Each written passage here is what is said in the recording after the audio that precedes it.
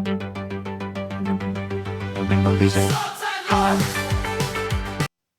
right. Welcome back to Slucks and Locks. I'm Tim. And I'm Mello, the podcast where we explore gaming, internet culture, psychology, and the systems that shape how people think and behave. All right. Today we're kicking off a new series called The History of Uncertainty within a larger umbrella of kind of talk about the history of gambling, but we're with a slightly different lens. Yeah, so you might think this is a series just about gambling, and in some ways it is, but gambling is really just the lens of it all. What we're actually exploring is uncertainty, risk, and the rewards that come with it. Why humans are attracted to that, how civilizations have built systems around it, and how uncertainty has shaped everything from the games that we play, the entertainment that we watch, to mathematics, to government, and eventually even the internet. Before we start talking about casinos, lotteries, and gambling, we really need to answer a much bigger question. Yeah, Tim, why do humans love and at times thrive under periods of uncertainty? Very good question, and we will answer that. But quick disclaimer before we really get into it. This channel focused primarily on psychology, design, culture of gaming and entertainment, yada, yada, yada. All these wonderful disclosures, but the discussions are educational, analytical, and are not intended to promote any real money gambling. And I say all this, and why we keep putting this disclaimer is because lawyers make us do it, right? Yeah, those lawyers, those Mick, what do you call it? The Mick model. The algorithm does it, Tim. Anyway, all right, let's get into it, Tim. All right. So we're going to jump into it, but before we jump into the deeper dive into today's topic, let's start with a quick moment of gratitude. We've been doing this. We started, I think, in the previous episode. So I don't know if a lot of people know, but I moved across the country for a job to a new city, knowing no one, starting to kind of building out this company.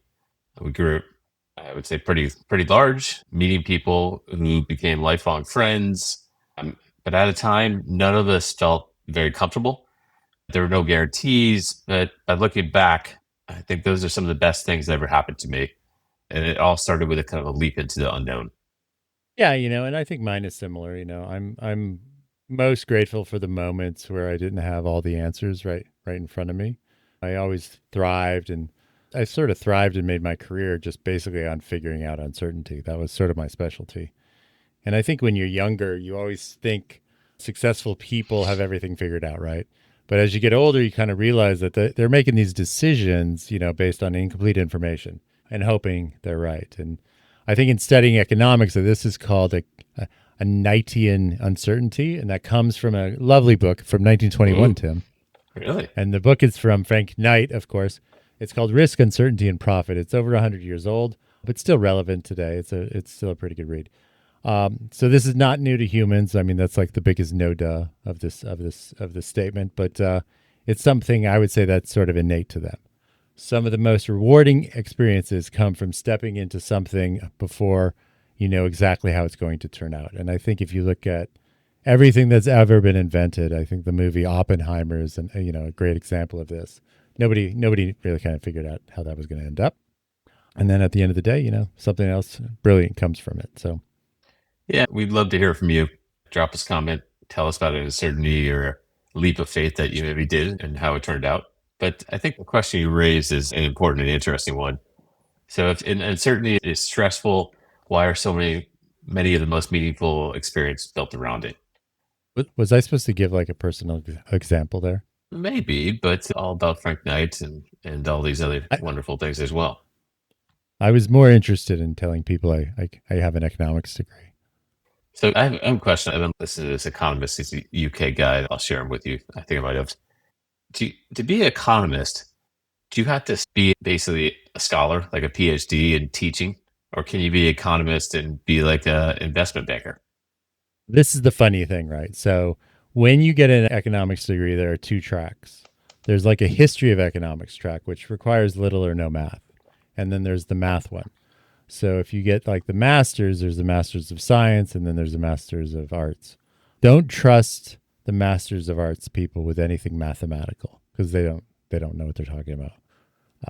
That's the difference. But they all would fall under an umbrella of an economist, all right?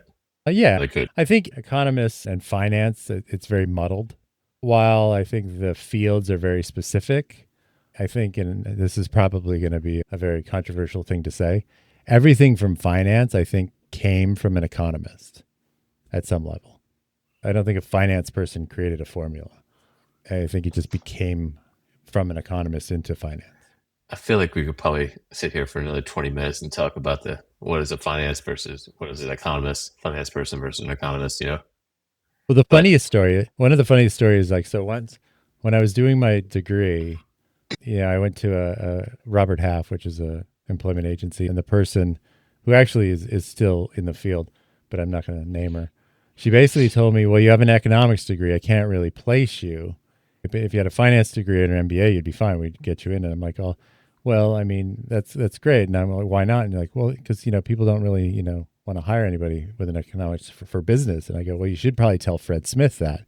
And she's like, "Who's Fred Smith?" I go, "Well, he created FedEx based on his economic master's thesis.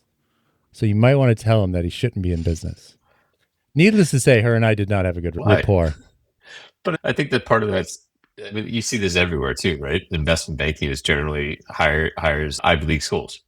They want. But anyhow, we're slightly off topic, so let's get back. Yeah, We're totally off topic and we're aging ourselves because I think now it doesn't matter because I think everyone realizes that, people who study economics know can do finance and vice versa. So, yeah, it's probably like there's some specialty in there.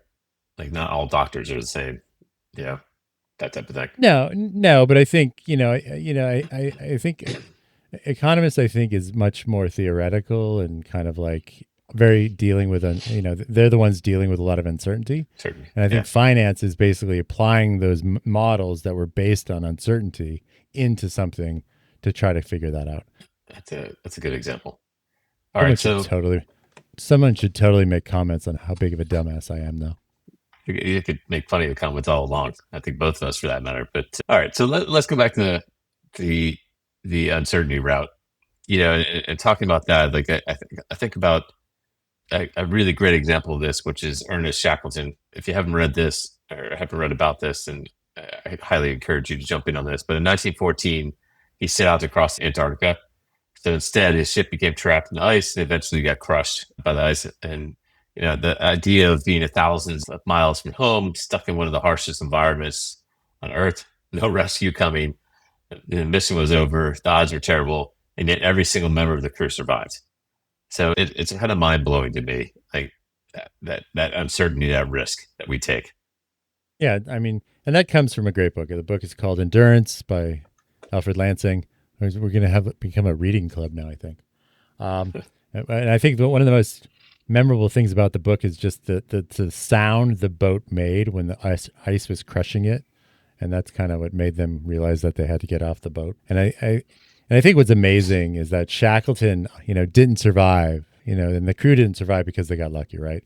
They survived because they created systems. They created routines, maintained morale as best as they could, and gave people a purpose to move forward. And I think when uncertainty increased, that's where leadership becomes most important. Yeah, and that's a perfect example of framework, which is the perception the situation looked hopeless, probability the odds were great, and design the systems and routines they created helped the outcome itself. Yeah, and I think we should preface this so we don't get like a lot of grief on this, though. This was just the Antarctic adventure, and that was successful. So all 28 of those people survived. The Arctic version, which was called the Rossi Party, they weren't so lucky. They did lose 3 men. So, you know, but Shackelford was a part of the Northern expedition. But this is something we'll come back to throughout this series. Humans have an incredible ability to create order inside uncertainty. So we've now said the word uncertainty. I don't know how many countless times, but I think we should just define it, and so everyone knows that's listening to this. Our 1 million followers. That's what we're talking about here. So when most people hear uncertainty, they immediately think about gambling or something like that, really risky. But uncertainty is much bigger than that. It's asking someone out, starting a business, having a child, changing careers, moving across the country. Those to me are more uncertainties. There was nothing more worse than asking someone out in high school. Yeah. I mean, I dread even thinking about that. And then I think how stupid and silly because I don't keep in touch with anyone except two people from high school. Yeah. Well, Eh, as you get older, you stop caring about some of those things. But you think the worst thing could happen. You ask someone out, and everyone's around. They all laugh at you, or something like I, that. And and I think almost every decision in life comes with a certain amount of uncertainty, right? So, in fact, I would even say certainty is actually boring. And I want to take an example of when I drop my kid off to school, and the bell rings, right? And so everyone, or most everyone, like 95% of the kids will run. They'll just, the bell rings and they run. There's only a few stragglers, and they're paying no mind. They don't even care that it goes. And this was me, unfortunately, or fortunately, maybe, I don't know. But they sit there, they finish their task, right? And then they go. And I sit there and I say, I want to study what happens to these kids in the future, not the ones who run to go immediately to the line. I want to know the stragglers. And as such, my English is fucking horrible though. As such, would it be interesting if you knew the outcome of every movie, every sporting event, every relationship, and every game? probably not, because uncertainty creates possibilities. And I'll just add, I think some of the people that have moved society forward worked in this uncertainty, did something different than other people. And I think that's a thing we should encourage. Taking that leap. It's funny when I was reading the outline, the immediate thing that I thought about when I thought about determining sporting events was the Back to the Future. Was it part two Yeah, where he goes to where the he future. he goes to the future with his sports book of past sports results? I always thought that was really cool, but the problem is then he created an alternate timeline, and if he went back in time with that, it probably they bet on it. Then he it, he might have changed the results by going back in time and betting on it. And so when he got back in time, he probably wouldn't actually it would be the right results. Oh my God, Tim, do you want to write an alternative Back to the Future 2 script No, the about reason they the can't do that, changes? it would confuse the shit out of everybody because it's I think there's like a paradox there. The bizarro Back to the Future 2? Let's say you went back in time to the dinosaurs, right? And let's say you went back in time and changed some minuscule thing, like stepped on a bug. That could have a ripple effect, over a million years. Yeah, The butterfly effect. exactly. Right. Yeah. All Yeah. right, let's get back into what we're talking about. I There probably is digress. a whole story. There's a whole story on this, right? Yeah, we're going to talk about that. All right, so let's talk about kind of where we're like this. So if uncertainty can be dangerous, depending on what it is, right? Like the Antarctic thing that we mentioned. Why didn't humans evolve to avoid it completely? I think because if our ancestors avoided uncertainty entirely, they wouldn't have survived. Someone had to explore, someone had to cross the oceans to find a better place, someone had to leave the village to find more fertile lands. And I think this is also how over time we develop resilience. And I think it's through that uncertainty is where we create possibility, and through possibility we create stories and wonder. I had to bring that back. Stories of wonder, huh? Exactly. And Story. the people willing to take calculated risk often discovered a new resource, new opportunities, new advantages. Very bad. Civilizations itself is basically built on people stepping into uncertainty.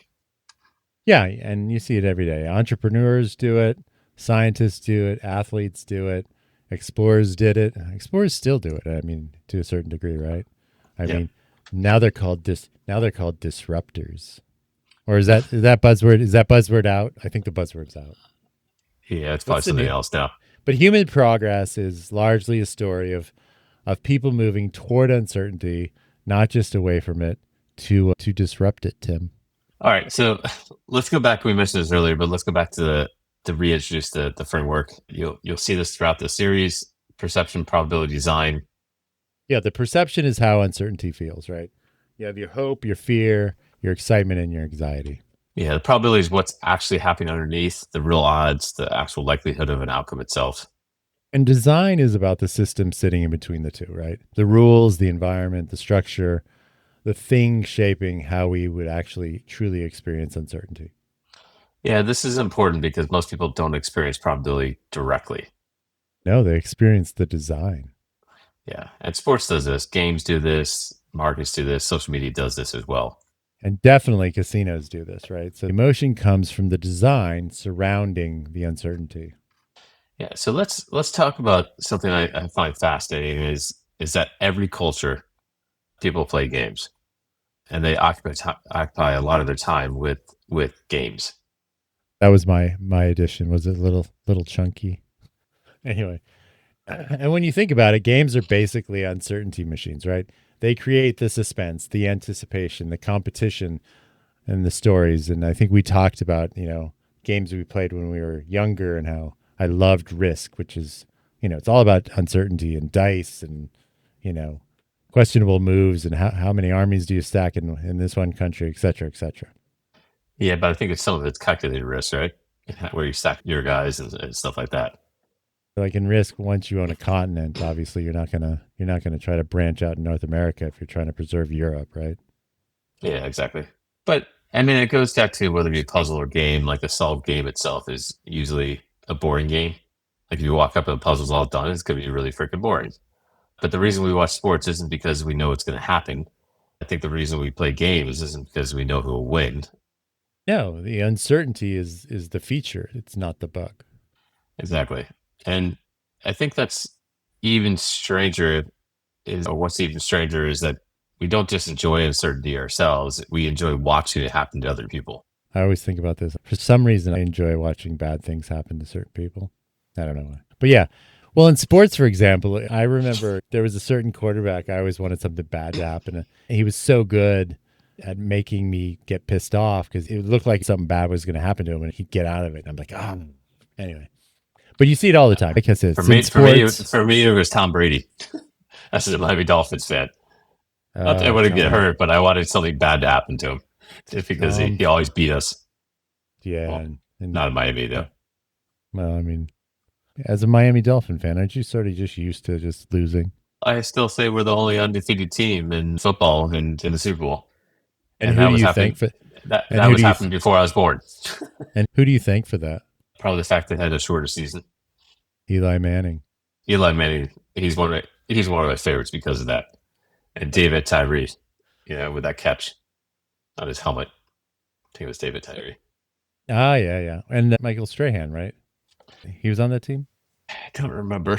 I didn't watch football for like 12 years. Like I watched it. I was a Steelers fan in the 80s. It was really hard to get through it. And like somewhere in the early 2000s, I just stopped watching TV. And then I picked it up again like in 2013. Even though I played fantasy football, I didn't watch football ever anyway. But anyway, to get back on, I digress. You see this all the time in sports, talent shows, game shows, reality TV, election coverage, and even in YouTube, like those Dude Perfect guys. Are you familiar with the Dude Perfect guys? Yeah, teenage kids, 100%. I'd say Mark Rober is probably one of my favorite YouTubers. If you've ever watched him, shout out to Mark Rober. He's all science based. If you haven't watched him, Chris, you need to. We'll drop a link, I suppose. Yeah, he did a bunch of really cool stuff. What's Anyhow, his name? he did like this thing where squirrels were eating the bird seed, and he made like a squirrel maze where they had to go around to get all the nuts. It was he did a lot of really amazing things with science, and he used to be at NASA, worked for NASA, and he makes one video a month, and he spends a lot of time on it. It's all science based, like fun science. I think the I problem got with it. science, we've had teachers in high school that teach you how to book, and you're like, this is boring as hell. But his goal is to try to make science more fun. I always loved science. I just thought it was hard. Trying to break down those really hard concepts.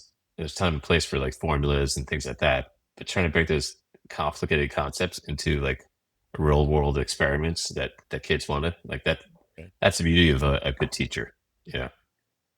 But anyhow, you mentioned all these reality TV, sports, talent shows, stuff like that, and I think millions of people tune in because they generally don't know what's going to happen next, and that's the fun of it. Well, yeah, and I think they want to pick a favorite and they want to pick a victim or not the anti-favorite. What's the Yeah, opposite of favorite?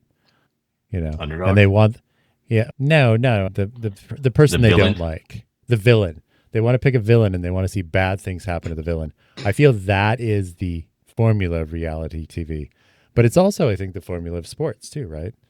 I mean, I remember growing up with Mike Tyson, and for some reason, I just wanted Mike Tyson to always lose, even though he was amazing. But I mean, I don't remember any of his fights except Buster Douglas. because it was just like so. I remember watching all his fights because they were, it was usually on network TV, but the only one I ever can truly actually visualize in my head is Buster Douglas. Because I think in Buster, if you've ever watched that fight, watching I Buster did. Douglas, he was surprised. I feel he was surprised at how well he was doing as well. And you kind of see it on his face. And then I think as the match goes on, he's like, oh, fuck, I can do this. Yeah. Anyway. So, but yeah. And I think to your point, I think the internet, YouTube in particular, kind of figured this out, right? So the most engaging content often contains uncertainty. There's a challenge, there's a competition, there's a reveal, a comeback, a surprise, like the whole, if we go way back to the Buster Douglas situation. Well, I think in some ways the internet is one giant uncertainty engine, right? I feel How like so? that's a great line. Everything is like that uncertainty creates views, you know. But yeah, then let's bring this back to kind of gaming as a whole. I don't know if we can say the word gambling, but we'll say the word gambling. But now we finally right when we can bring it back to gambling because everything we've talked about today is where gambling kind of starts to look a little bit different. Yeah. So instead of asking why people gamble, which I feel is kind of boring, right? Maybe the better question is why humans are willing to essentially stake their money against an uncertainty. Yeah, so gambling didn't invent uncertainty. Sports didn't invent uncertainty. Business didn't invent uncertainty. Human beings have been fascinated by uncertainty for thousands and thousands of years. Yeah, gambling simply became the most organized ways to package uncertainty into an experience. You might say they gamified it, Tim. They have the Hmm. scoreboards really, the viral moments. And this was before virality, right? And and the all important one-upmanship. The are not factor if you're nerdy, Tim. Are you nerdy, Tim? I don't think I'm that nerdy, but I feel like you'd have to explain it, then you lose the joke, right? It's like explaining a joke, explaining the Yeah. inside to all those are not type of people. All right, and that's where the rest of the series is really about. You know how different civilizations built systems around uncertainty. Yeah, so looking ahead in the next episode in this series, we're going to go all the way back to where, I think the earliest forms of gambling were invented. And heads up, they involve throwing little tiny bones and checking out the outcomes, calling rolling the bones, which I think still sticks around today with dice, and getting different outcomes on the bones based on their shapes. So you have that, you have ancient China, you have ancient Rome, and ultimately in Venice where the actual true quote unquote casino was started. Yeah, so we'll look at lotteries, gladiator betting, games of chance, why some of the earliest civilizations built entire social systems around that uncertainty itself. And along this path, we'll continue exploring our three-tiered mantra of perception, probability, and design as we go through history. Mantra. That's a good word. Is it an, All right. maybe it's an is it an MO? Maybe it's an MO. Maybe it's not a mantra. I don't know. It I could be think a mantra. I think a mantra, to be fair, is like something like, something personal. I'm going to be happy. Yeah. Yeah, yeah. I think framework is the right word, but I like the word mantra. Mantra, anyways. So we Mm. said this. Want to go back to the audience. We want to hear about your biggest uncertainty. Yeah, something you've embraced that ended up changing your life. It doesn't have to be for the positive. I think even negative turns into a positive. Sometimes change can be difficult, really, really hard, but looking back on it, it's a positive point. It's because, yeah, I mean, well, like we said, it could be a move, it could be a career change, a relationship, or a business. And for me, it's kind of funny. I'm still trying to think of what I would classify as my biggest move of uncertainty. And it could be getting married. Like I moved from finance into product. That was a big move as well. But I don't think uncertainty necessarily is negative, but I think it's, having kids is I, like, I mean, you are the poster boy of uncertainty. I feel like I just throw out a joke right there, but I'm just not quick enough. I mean, I think, what's funny is I will always try to do things I've never done before, which is obviously, uncertainty. And I think one of the things that I did once was I was digging like a hole for like a fence post, and I had a pick and I'm digging the hole and I felt like, how when you're digging and it feels like a root, right? Yep. With the pick. So I'm like, well, I'm just going to break this root. And so I broke the root and it ended up being a gas line. And so that was kind of funny. So I'm much more careful, I think, in a lot of ways because of that. I still do lots of interesting things, especially around the house that, I'm not fully experienced to do, but never that fatalistic though. Yeah, I mean, I feel like as you get older and you have people responsible, you're responsible for, it makes it a lot harder to take risk and certainty and things like that. Like I went to Africa with my brother. We canoed down the Zambezi River with a guide in another boat. And I swear to you, the amount of times on that trip I thought I was going to die, I mean, it was ridiculous. And there was hippos under us blowing bubbles. We had to go back and forth because the hippos, of course, we watched a video before we went to Africa, and there was hippos snapping a canoe in half with their teeth that are like this big and like this wide. And then if crocodile eat you, then you're stuck in the jungle and a hyena or a lion might get you. So it was, I would say that was a little bit uncertain that was going to live on that trip. But maybe that's for another podcast here. Hippos are mean. They are. They're the number one killer of humans in the water. And I think water buffalo are the number one on land. So Yeah, because they're anyhow, they're so unsuspecting. Nobody ever assumes like a rhino is going to be mean, but they're mean, man. well, the thing with rhinos is they have terrible vision. So if you run diagonal, you're fine with rhinos to get away from. Yeah, just learning a little bit of knowledge there dropping on you if you're ever in that situation. It's the same with alligators, right? Yeah, You have to zigzag. yeah. I think you run up a tree with alligator, you're probably okay. And or climb up a tree, not run. That'd be kind of interesting running. Anyhow, well, listen. If you enjoyed this first episode of the history of uncertainty, let us know. What part of history is most exciting to explore. We're going to start with the uncertainty, but I think there's a broader theme if this goes well with the seasons that we're going to do and the episodes. If you'd like this format, we could do another season. We have some ideas around that as well. Yes, and of course, always thanks for listening. Drop a comment, explain, some of the things you think about uncertainty in the comments if you like, and we can kind of go from there. And remember, we can actually say believe responsibly here. Yeah, exactly. Because we didn't really talk about anything cash based. All right. Bye, everyone. Right. We'll see you next time.